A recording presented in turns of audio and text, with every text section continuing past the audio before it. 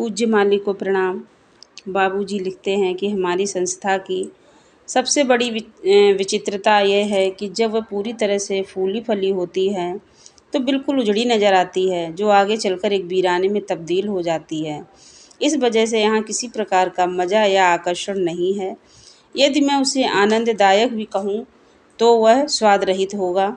प्रकट रूप में परमानंद खोजने वालों के लिए यहाँ एक आकर्षण होगा, जिसे पग-पग पर रंगीनी की बुरी आदत पड़ी हुई है।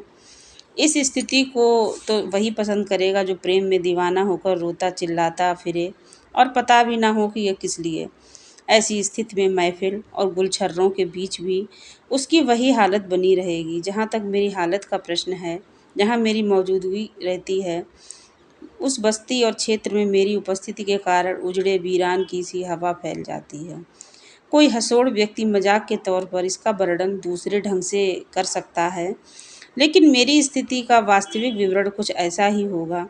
जब दिमाग की रंगीनी में बदलाव आने लगता है, तब वस्तु की मौलिक चीज़ें बाहर खुलने लगती हैं। जब भौतिक संसार से दृष्टि हटने लगती है, तो स्वभावतः विचार दूसरी ओर जाने लगता है। परंतु मेरी यह रंगहीनता ज़्यादातर लोग पसंद नहीं करेंगे, सिवाय उनके कि जो मेरे संसर्ग के कारण इसमें रहने के आदी हो गए हैं। शारीरिक रोग वास्तव में आध्यात्मिक व्याधियों से हमें मुक्त कराने आते हैं, क्योंकि एक तरफ जहाँ इनसे कुछ संस्कारों का भोग समाप्त होता है, वहीं दूसरी तरफ हमारी सहनशक्ति बढ़ जाती है। साधना में सही ढंग से चलने वाले को बीमारी भुगतने के बाद अपनी आध्यात्मिक स्थिति अवश्य ही सुधरी हुई नज़र आएगी। इसके अतिरिक्त बीमारी के दौरान ईश्वर का चिंतन दिल बहलाने का एक अच्छा साधन बन जाता है। मनुष्य शरीर और आत्मा दोनों के जोड़ से बना है। इसके अस्तित्व के लिए दोनों आवश्यक हैं।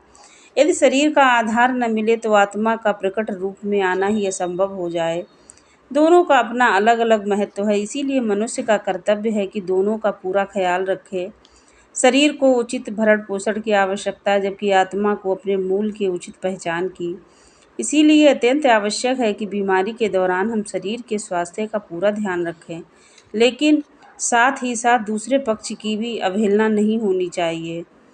धन्यवाद।